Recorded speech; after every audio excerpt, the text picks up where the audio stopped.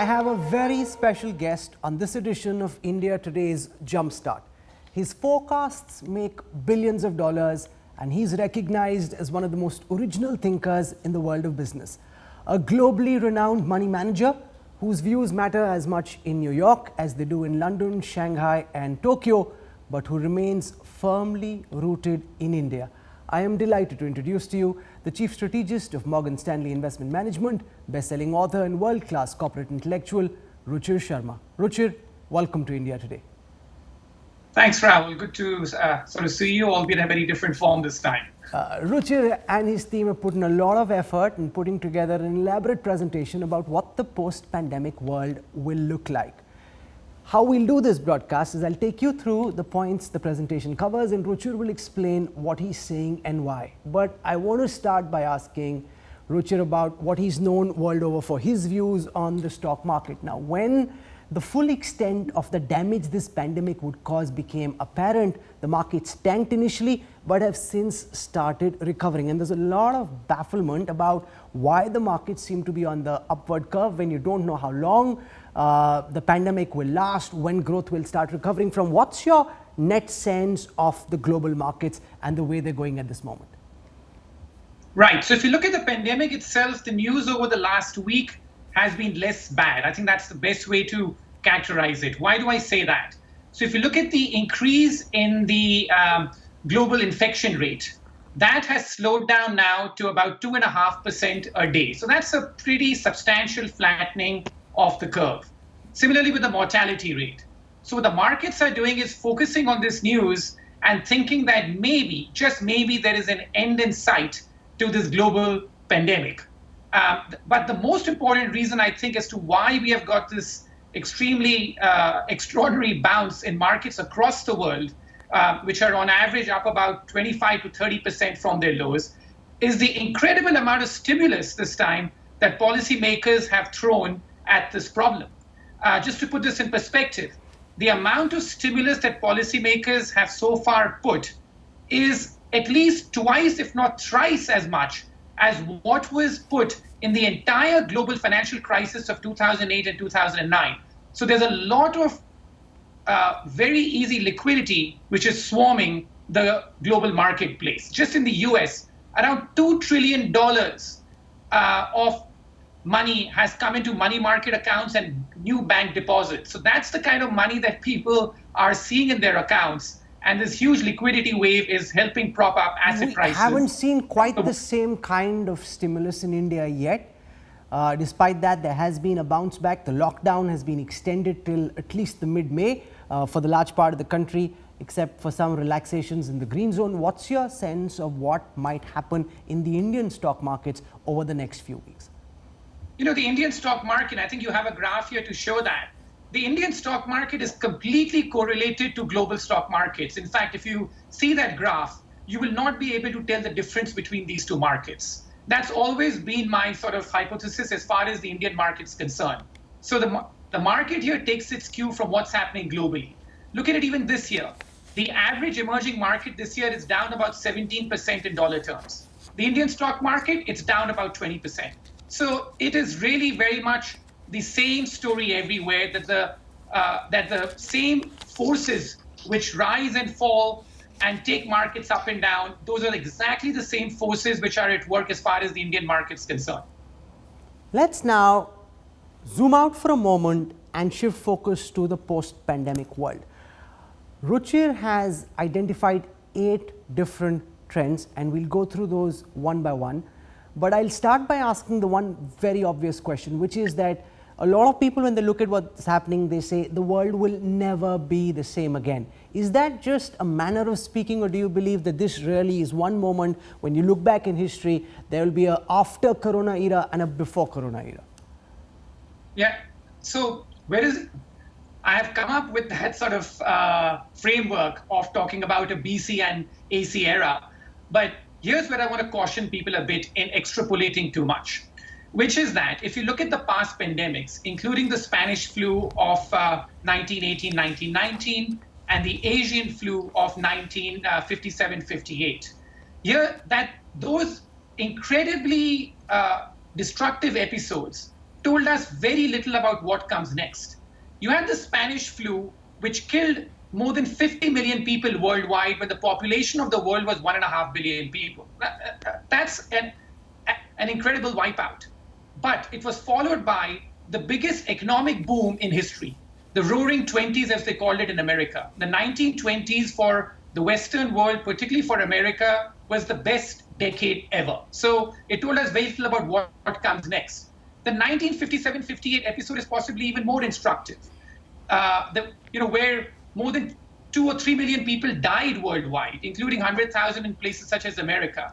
And what is remarkable about that episode is nobody remembers anything about that episode. I've tried to ask this question to my father or other people who lived through that generation, and nobody even remembers what that episode is about. So it is very sort of tempting when we are going through such a stressful period, we're going through such an extraordinary period, to think that this is what the future is going to be about. But if you look at past episodes, it's not necessarily true. So the way that I see in terms of what's going on is that this episode does not change everything, but it possibly accelerates many things. So let's focus on each of those trends one by one. One of the meta trends you've been thinking and writing deeply about is de-globalization. At this moment, there are walls everywhere. Nobody wants citizens from other countries to come in. They don't even want citizens to be leaving their cities or states. But once the virus settles, to what extent will this pandemic have accelerated the global sense of de-globalization? So as you know, Rahul, that I've been writing about de-globalization for many years now, right? It's been one of the central themes of my writing for the last decade. What do we mean by de-globalization first? It means that the flow of goods and services, capital flows, migrant flows, all these flows have been slowing down, because this is what led to the hyper-globalization that we saw in the world in the 1980s, 1990s, right up until the global financial crisis of 2008. After that, we started to see protectionist barriers go up everywhere in the world because we had slower growth, and people and politicians thought that the way to counter that is by sort of putting up barriers. So that trend was very much happening before the pandemic hit. The share of global trade had already declined from its peak level of 60% of GDP.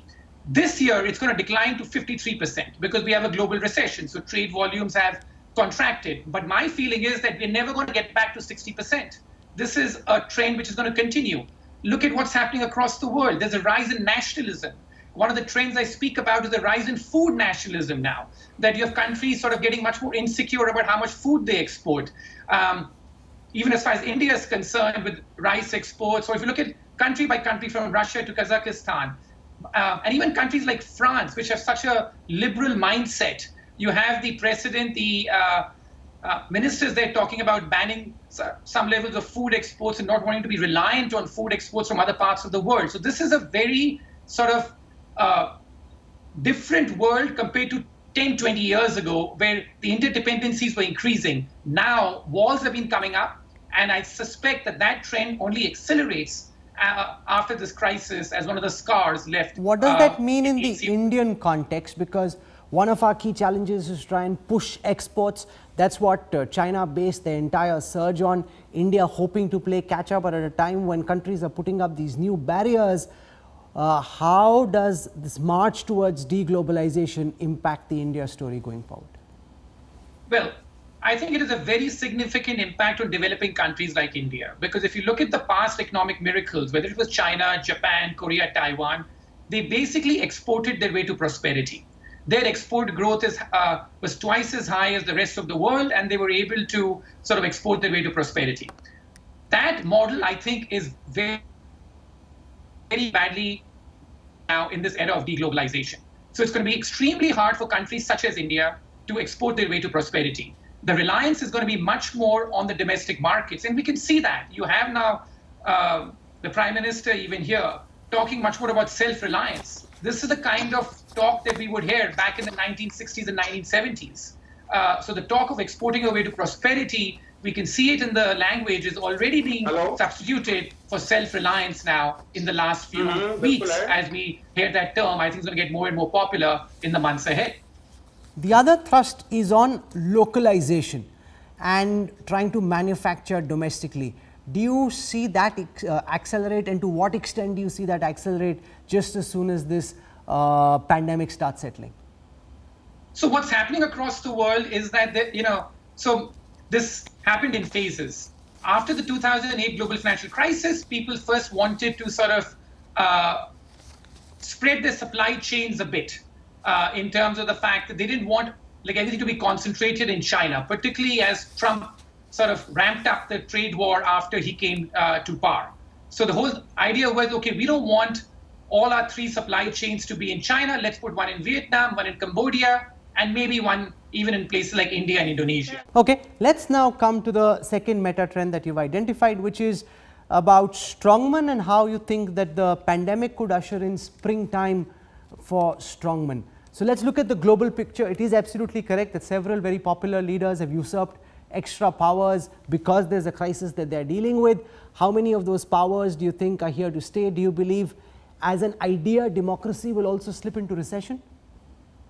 And yeah, so that is another trend that was already happening before this crisis hit, which is that we were in what has been defined as a democratic recession, which is that in the world, following the collapse of the Berlin Wall in the late 1980s, we saw a massive expansion in democracy around the world.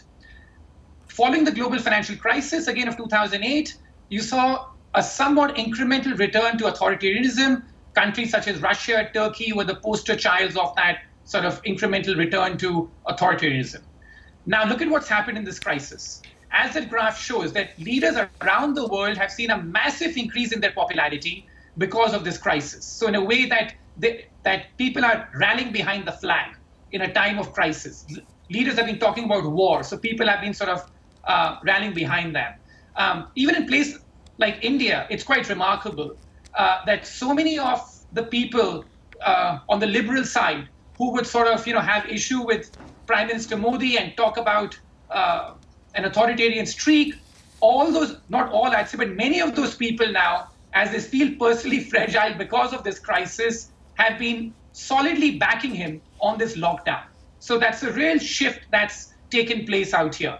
But I think that what we will sort of see in the long term is that once you have ceded these powers to politicians in general, this is true everywhere in the world, once these red lines have been crossed, where they can intervene much more in your businesses, they can intervene much more about how you live your life. It may be under extraordinary times, but once these red lines have been crossed, it's very hard to get them back. So I do feel that this trend of a democratic recession after this incredible sweep of democracy in the world that we saw is something which is likely to accelerate after this crisis, even as we get some of our powers back. I mean, one thing which I think that the government is going to have much more of is, a sort of a surveillance state. I think that's the contract that's going to be sort of done between the people are going to sort of have to accept that, which is that we'll have to share much more information about ourselves with the government than we'd ever be comfortable with in return for what we think are better health norms. Let's come to the next point you're making about the blurring of fiscal and monetary policy. Now, reserve banks globally have been firing away on their bazookas, providing a stimulus of a sort that we haven't seen, and governments are stepping in with a lot of stimulus as well. How do you see this impact national and global economies in time to come? For such a long period of time, we thought that the central banks need to be independent of the fiscal authorities, that the central banks are sort of run by technocrats. They're not going to be, have much interference from the fiscal authorities or policymakers. But look at what's going on here, which is that so many central banks around the world, led by the Fed, are being forced to intervene in businesses, forced to give loans and bail out. So I think that what really happens here is that the central banks, their balance sheets get bigger and bigger, and their interference along with the fiscal authorities gets more extensive as far as the governments are concerned and as far as people are concerned. So I think that this is another consequence of this, that the days of having truly independent central banks who could say that we are just focused on inflation and everything else is the worry of the government and the fiscal authorities, I think those days are over. In many countries, the central bank, I think, is going to be forced to buy back this government debt because the government debt levels in several of these countries are reaching very high and uncomfortable levels. Have you wrapped your head around how much fiscal space does the Indian government have? What kind of stimulus would be ideal for a country like India? So we have some data on that, right? Which is that what's been the true level of fiscal stimulus? A lot of numbers are thrown around here. I think a lot of numbers are irresponsible numbers because we count all sorts of things.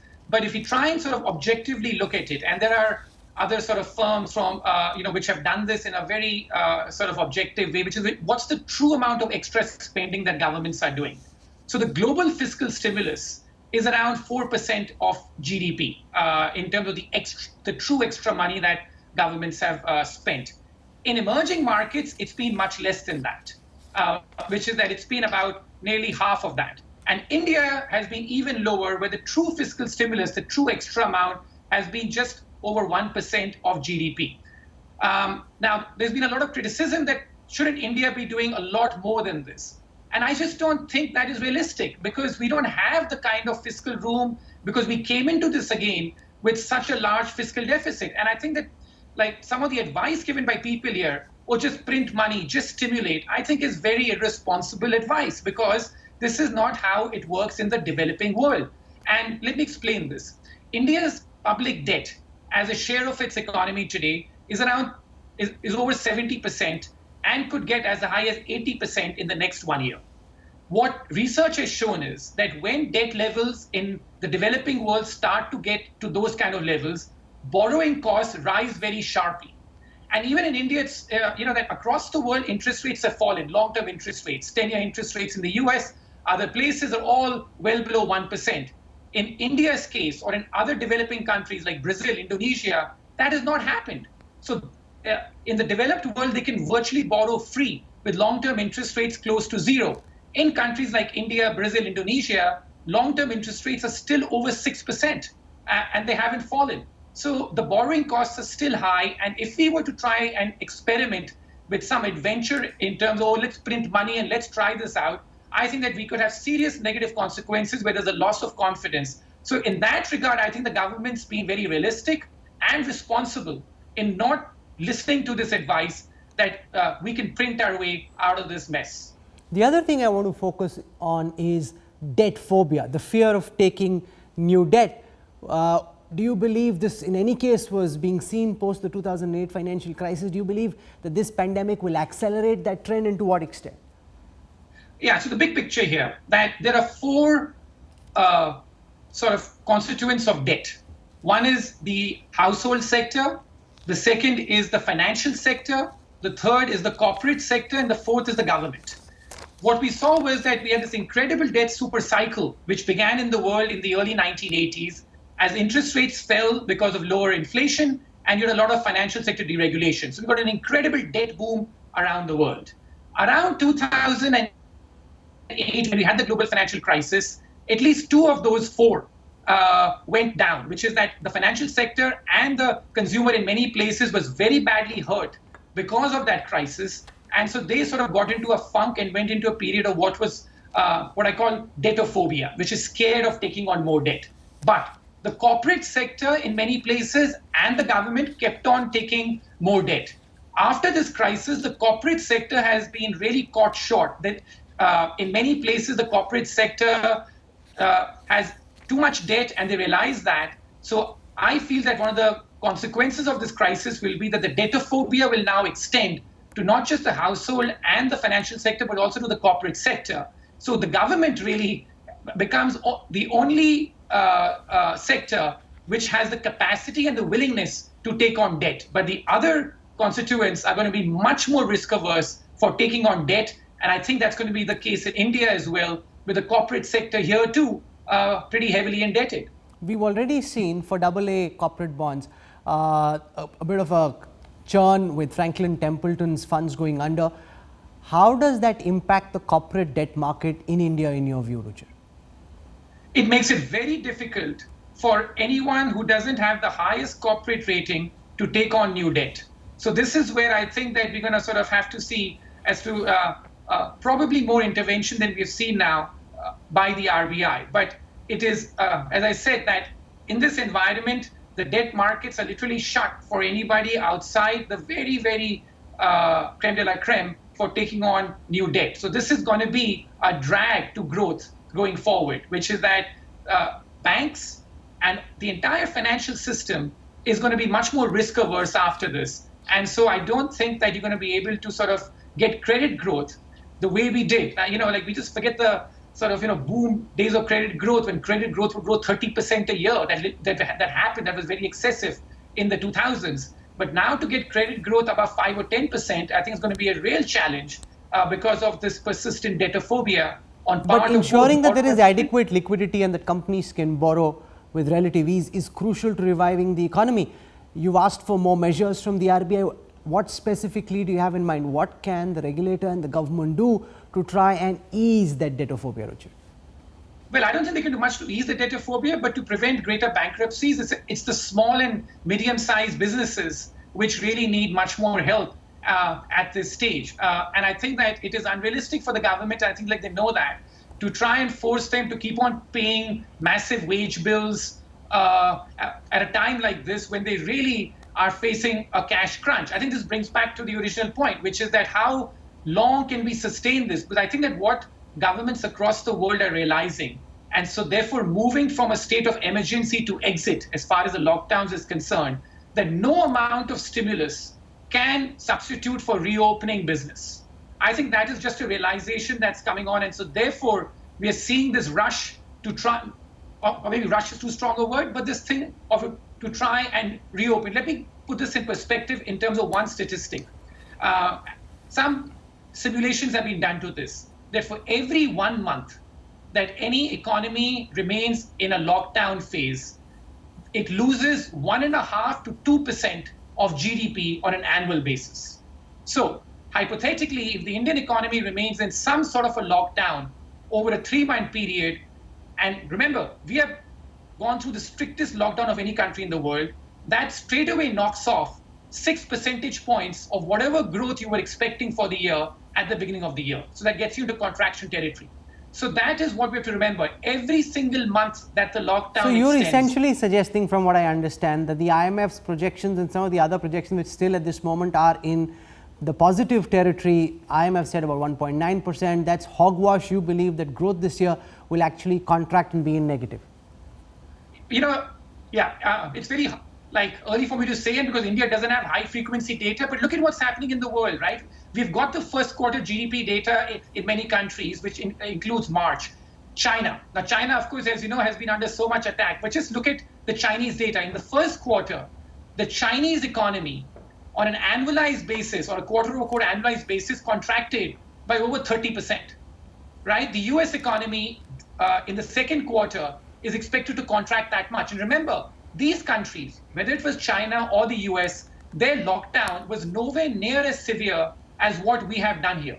So I know there's a perfect justification for doing these things, but the economic cost is all I'm talking about here, which is that the lockdown, and we've seen it across the world, the more stringent the lockdown, the greater is the economic impact. So if you have those economies there with less of a stringent lockdown, showing that kind of a contraction, and with greater stimulus, it's very hard for me to believe that how will the impact in pure economic terms in India not be greater.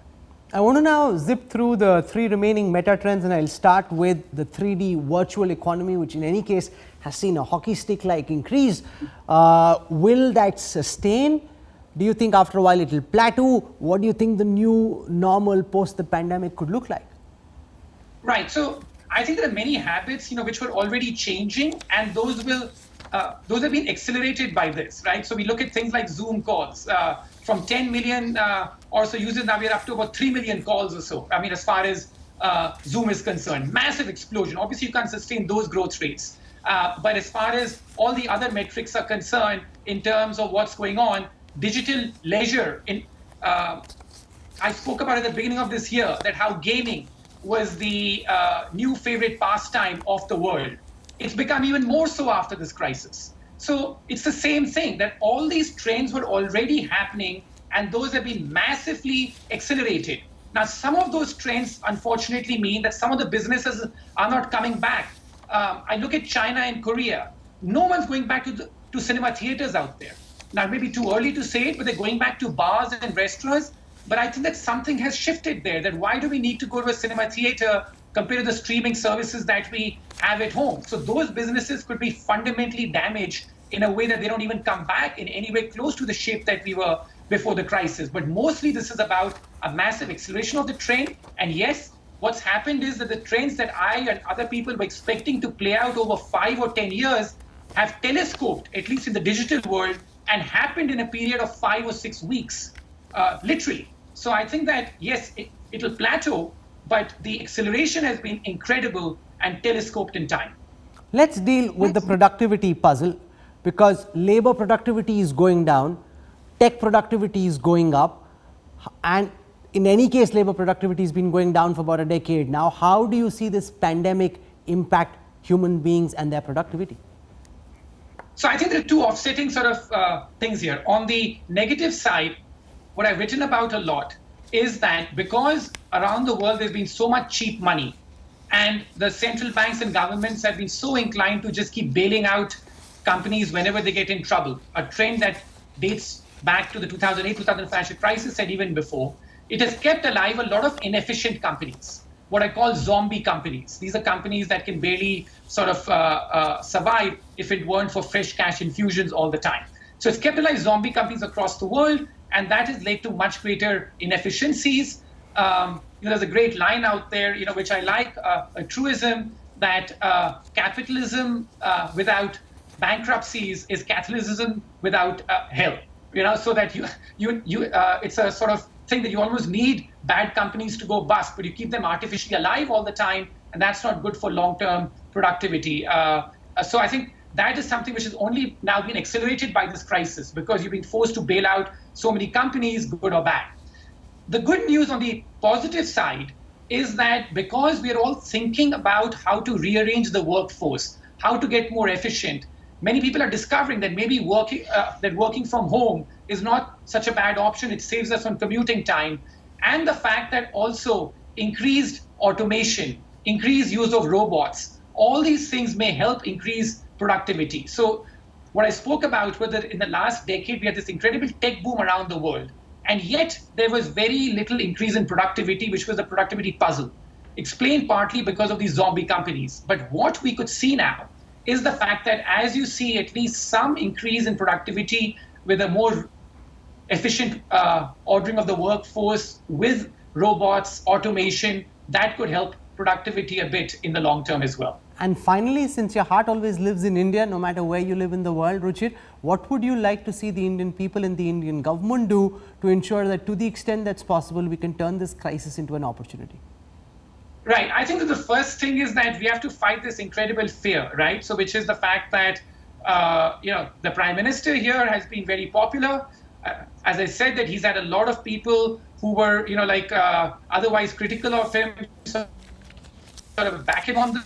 I think that he needs to now take a leaf out of the FDR's speeches of 1933 or so, which is that we have nothing to fear but fear itself. I think that after sort of living in this environment where where the entire country has been shocked and is living in this complete fear because of this, now what we need is leadership of taking you out of this fear, of sort of explaining that why in terms of we have to cope with this rather than to fight this, and that this is here to stay in some form or the other, but we have to focus on what the economic damage from this is. So what I would like India to see here is, and something which I've always said, that all emerging markets tend to only reform when they have their back to the wall.